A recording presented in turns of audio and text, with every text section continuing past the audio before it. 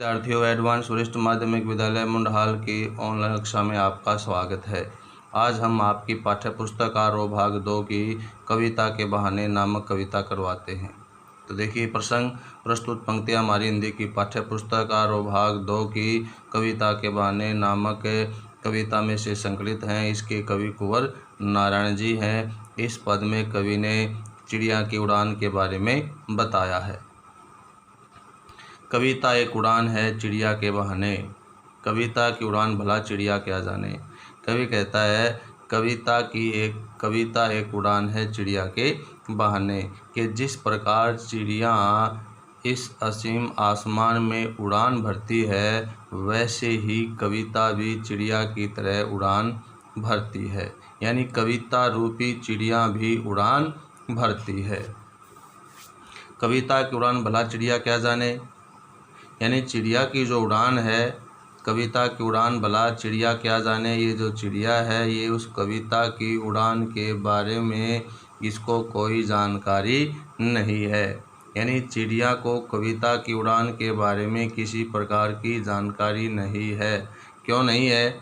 बाहर भीतर इस घर उस घर, क्यों जानकारी नहीं है कि चिड़िया की उड़ान घर के बाहर घर के भीतर, यानी थोड़ी दूर तक उड़ान भरती है। कभी घर के बाहर उड़कर जाती है, कभी घर के अंदर उड़कर आती है। इस घर उस घर, कभी उस घर तक उड़ान भरती है तो कभी दूसरे घर तक उड़ान भरती है।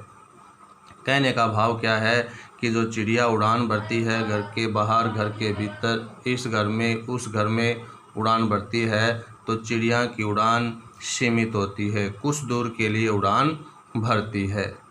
कविता के पंख लगा उड़ने के माने, कवि बताता है कि कविता जो है कल्पना रूपी पंख लगाती है उड़ने के माने। कविता कल्पना रूपी पंख लगाकर उड़ान भरती है।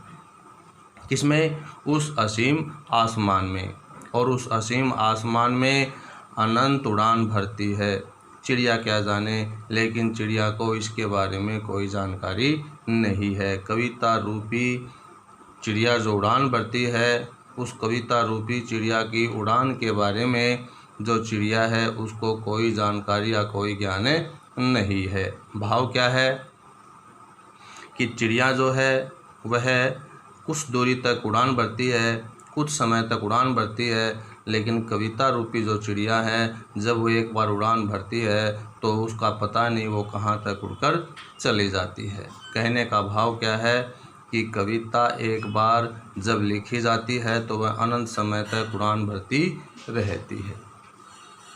भाषा आपकी सहज सरल खड़ी बोली, तत्सम तद्भव शब्दावली, प्रसाद गुण शांत रस, अनुप्रास और रूपक अलंकार का प्रयोग है। छंद मुक्त रचना है। अगला पद आपका प्रसंग पहले वाला ही है। कविता एक खिलना है फूलों के बहाने। कवि स्पष्ट करता है जैसे चिड़िया की उड़ान थी, उसी प्रकार कवि कहता है कविता का खिलना फूलों के बहाने। कविता खिलती है, जैसे फूल खिलता है वैसे ही कविता भी खिलती है। फूल खिलकर प्रकृति को सुगंधित और सुंदरता प्रदान करता है, उसी प्रकार कविता भी अपने भावों के माध्यम से अपनी सुंदरता को प्रकट करती है। यानी जैसे फूल खिलता है वैसे ही कविता खिलती है। कविता का खिलना भला फूल क्या जाने, लेकिन इस कविता रूपी फूल कैसे खिलता है, इसके बारे में फूल को कोई जानकारी नहीं है। बाहर भीतर इस घर उस घर, कवि कहता है कि ये जो फूल है वो घर अपनी महक को, अपनी सुंदरता को घर के बाहर घर के भीतर, इस घर उस घर, यानी फूल की महक और फूल की सुंदरता भी सीमित होती है। यानी कभी उसकी महक घर के बाहर तक, कभी घर के भीतर तक, यहीं तक सीमित रहती है। बिना मुरझाए महकने के माने, लेकिन जो कविता रूपी फूल है वह उसकी जो महक है, उसकी सुंदरता है या उसकी खुशबू है, वह असीम होती है। वह सब जगह अपनी सुंदरता से, अपनी महक से वातावरण को मुग्ध और सुशोभित करती है। बिना मुरझाए महकने के माने फूल क्या जाने। कवि कहता है कि जो वास्तविक फूल है वह एक बार सूर्योदय के समय खिलता है और सूर्यास्त होते ही वह मुरझा जाता है। यानी कुछ देर के लिए फूल खिलता है, लेकिन कविता रूपी फूल बिना मुरझाए एक बार जब खिल जाता है तो वह मुरझाने का नाम नहीं लेता, वह सदा महकता ही रहता है। फूल क्या जाने, लेकिन इस कविता के खिलने के बारे में फूल को कोई जानकारी नहीं है। इसका भाव क्या है कि जो फूल है वह कुछ समय के लिए खिलता है, लेकिन जब कविता रची जाती है तो वह अनंत समय तक अपनी महक, अपनी सुंदरता बिखेरती रहती है। प्रसंग आपका विशेष आपका पहले वाला ही है। कविता एक खेल है बच्चों के बहाने। कवि कहता है कि कविता एक खेल है, जैसे बच्चे खेल खेलते हैं वैसे ही कविता भी एक खेल है। बच्चों के खेल के समान कविता भी एक प्रकार का खेल है।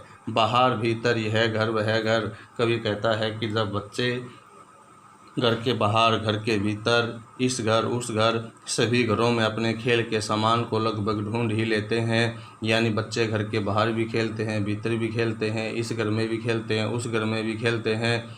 वे बच्चे आपस में खेलते समय किसी प्रकार का कोई भेदभाव नहीं करते हैं। सब घर एक कर देने के माने ये बच्चे इस खेल के माध्यम से सभी घरों को एक कर देने के रहस्य को जानते हैं। यानी जब बच्चे खेलते हैं तो उनके मन में अपना पराया, ऊंचा नीचा, छोटा बड़ा, अमीर गरीब किसी प्रकार का कोई भेदभाव नहीं होता है। वे सभी खेल खेल में या खेल खेलते समय बच्चे सभी घरों को एक कर देने के रहस्य को जानते हैं। बच्चा ही जाने, कविता इसके बारे में कुछ नहीं जानती।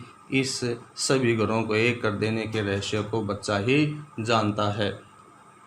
इसके माध्यम से कवि ने कविता की व्यापकता का वर्णन किया है। जैसे बच्चों के अंदर विचार, व्यापक विचार होते हैं, वो संकीर्ण विचारधारा से दूर होकर व्यापक विचारधारा के माध्यम से सभी को एक कर देते हैं, वैसे ही कविता की भी विचारधारा व्यापक है। विशेष आपका पहले वाला ही है। धन्यवाद।